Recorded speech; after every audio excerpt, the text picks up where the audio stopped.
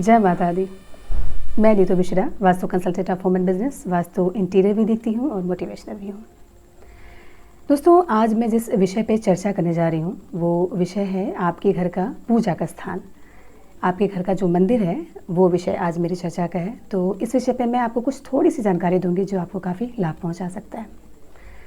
दोस्तों, वैसे तो ईश्वर को किसी एक स्थान से ही परिभाषित करना अपने आप में हास्यप्रद है, क्योंकि ईश्वर सर्वशक्तिमान है, सर्वविद्यमान है, तो एक जगह पे से उनको परिभाषित नहीं किया जा सकता। लेकिन वास्तु के अनुसार अगर पूजा स्थली ऐसी दिशा में बनाई जाए जहाँ पे सकारात्मक ऊर्जा का प्रवाह हो तो इससे काफ़ी फ़ायदे मिलते हैं। और आज इसी विषय पर मैं आपको थोड़ी सी जानकारी दूंगी। दोस्तों, वास्तु के अनुसार कुछ दिशाएं जो होती हैं वो सकारात्मक और कुछ नकारात्मक भी होती हैं। अगर आप सकारात्मक दिशा में अपनी पूजा स्थली बनाते हैं तो दोस्तों आपका मन पूजा में लगता है, आपका ध्यान भटकता नहीं है, मानसिक शांति मिलती है और आप अपने ईश्वर से कनेक्ट हो पाते हैं। लेकिन इसके विपरीत अगर आप अपनी पूजा स्थली को नकारात्मक दिशा में बनाते हैं तो परिणाम भी विपरीत ही मिलते हैं।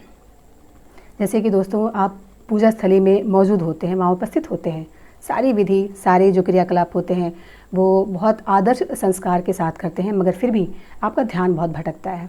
सारी दुनियादारी उस समय ही आपके दिमाग में आती है जब आप पूजा स्थली पर होते हैं। कई तरह की चिंताएं, कई तरह की सोच विचार दिमाग में भटकते रहते हैं, घूमते रहते हैं और आप ध्यान से पूजा अर्चना नहीं कर पाते। तो दोस्तों, कुछ छोटे छोटे टिप्स मैं आज आपको वास्तु से संबंधित देने वाली हूँ, जो कि अगर आप अपने मंदिर में, अपनी पूजा स्थली पर अपनाते हैं तो इससे आपको काफ़ी लाभ मिलता है, मानसिक लाभ मिलता है। दोस्तों, सर्वप्रथम जब भी आप अपने पूजा का स्थान बनाएं तो वो ईशान कोण में बनाएं। ईशान कोण यानी कि नॉर्थ और ईस्ट को जो जोड़ने वाली दिशा होती है, पूर्वोत्तर दिशा, वहाँ पे अपना पूजा का स्थान बनाएं। इसके अतिरिक्त कभी भी मंदिर में दोस्तों किसी भी एक भगवान की मूर्ति या तस्वीर 2 से ज़्यादा नहीं होनी चाहिए। आप 2 तक ही सीमित रखें, इससे ज़्यादा ना रखें। मूर्ति कभी भी आपकी 4 से 7 इंच से ज़्यादा लंबी नहीं होनी चाहिए। कोई भी मूर्ति, किसी भी भगवान की मूर्ति जो है वो मैक्सिमम जो उसकी लंबाई हो वो 7 इंच तक ही हो। मूर्ति कभी भी भारी नहीं होनी चाहिए दोस्तों, क्योंकि ईशान कोण हल्का होना अच्छा होता है वास्तु के अनुसार। तो भारी मूर्ति अगर आप रखते हैं तो वो ईशान कोण को भारी करेगा। मूर्तियाँ हल्की ही रखें। दोस्तों, कभी भी भूरे रंग, स्लेटी रंग और काले रंग का प्रयोग पूजा में ना करें। किसी भी धार्मिक अनुष्ठान में भी इन 3 रंगों का इस्तेमाल नहीं करना चाहिए। दोस्तों, प्राण प्रतिष्ठित जो मूर्तियाँ होती हैं उन्हें कभी घर में ना रखें। वास्तु इसका समर्थन नहीं करता है, क्योंकि गृहस्थ जीवन में रहते हुए प्राण प्रतिष्ठित मूर्ति नहीं रखनी चाहिए घर में, ये मंदिर में ही ठीक होती हैं। दोस्तों, इसके अतिरिक्त वीक में एक बार, हफ्ते में एक बार आप अपने घर में लोहबान या फिर गूगल का जो धुआं होता है उसे पूरे घर में जरूर घुमाएं। इससे सकारात्मक जो ऊर्जा है उसका प्रवेश होता है और नकारात्मक ऊर्जा का जो होती है वो बाहर निकलती है। तो दोस्तों, ये कुछ छोटे छोटे उपाय हैं जिन्हें आप अपने पूजा स्थली पे, अपने मंदिर में अवश्य करें, इसका आपको लाभ मिलेगा। दोस्तों, आज से मैं एक नई प्रक्रिया शुरू कर रही हूँ और वो ये है कि काफ़ी मेल आते हैं मेरे पास और उन सभी मेल में से 1 या 2 मेल मैं वीडियो में लूँगी और उनका समाधान भी बताऊँगी।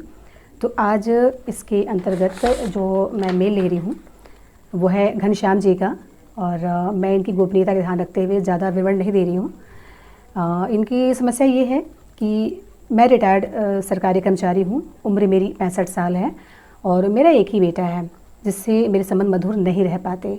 बेटा छोटी बड़ी हर बात पर मुझे गलत ठहराने का प्रयास करता है, कई बार तेज़ आवाज़ में चीख चिल्ला करके भी बात करता है और मुझ पर हावी होने का प्रयास करता है। उसकी सोच हमेशा यही रहती है कि वो जो कहता है वही सही है और घर में वही होना चाहिए और अपनी प्रभुता का प्रयास करता है। कृपया समाधान बताएं। घनश्याम जी, अगर आप मेरा वीडियो देख रहे हैं तो सबसे पहले आप अपने घर में ध्यान दें कि आपने जो कमरा अपने बेटे को दिया हुआ है कहीं वो कमरा साउथ वेस्ट का तो नहीं, क्योंकि अगर आपने साउथ वेस्ट का कमरा अपने बेटे को दिया हुआ है तो आपने जितने लक्षण बताए हैं वो सारे लक्षण उस लड़के में अवश्य होंगे। थोड़ा सा फ़र्क पड़ जाता है दोस्तों, अगर उस कमरे में रहने वाले बच्चे कितना समय व्यतीत करते हैं, इससे थोड़ा प्रभाव पड़ता है कि अगर बेटा या बेटी ज़्यादा समय उस कमरे में बिताते हैं तो उनके अंदर ये लक्षण बहुत ज़्यादा पाए जाते हैं। लेकिन अगर वो ज़्यादा समय घर से बाहर रहते हैं तो थोड़ा असर कम होता है। दोस्तों, साउथ वेस्ट का जो कमरा है वो जो होता है वो घर के बड़े बुजुर्ग के लिए होता है, पेरेंट्स के लिए होता है, गार्जियन के लिए होता है। तो गार्जियन के स्थान पे गार्जियन ही अच्छे लगते हैं, गार्जियन के स्थान पे बच्चे नहीं अच्छे लगते।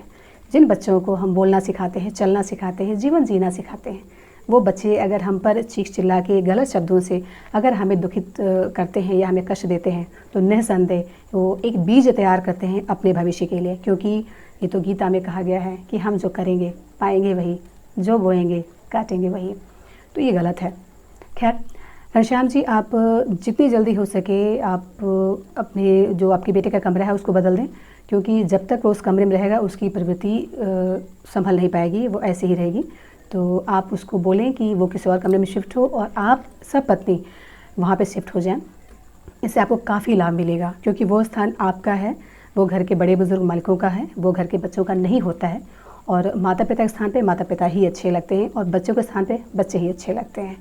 तो आप अपने आप को वहाँ पे शिफ्ट कर लें और बाकी जो रेमेडीज़ आपसे और ज़्यादा जो इस समस्या से संबंधित हैं वो आपको मेल में भेज दी जाएगी। तो दोस्तों, आज मैंने आपको पूजा से संबंधित कुछ जानकारी दी। निःसंदेह इसे अपनाकर आपको काफ़ी लाभ मिलेगा। तो आप इन छोटे छोटे वास्तु टिप्स को अपनाएं और अपने जीवन को सुखमय बनाएं, सफल बनाएं, खुशहाल रखें। अगर आपको मेरा वीडियो पसंद आया तो आप अपने चैनल को लाइक करें, शेयर करें, सब्सक्राइब करें। और यदि कोई समस्या आपको वास्तु संबंधित है, आप मुझे मेल कर सकते हैं, निःसंदेह आपको समाधान अवश्य मिलेगा। आज के लिए बस इतना ही। तब तक के लिए स्वस्थ रहिए, प्रसन्न रहिए, मुस्कुराते रहिए। आने वाले वीडियो में एक नए टॉपिक के साथ मैं फिर हाजिर होंगी। जय माता दी।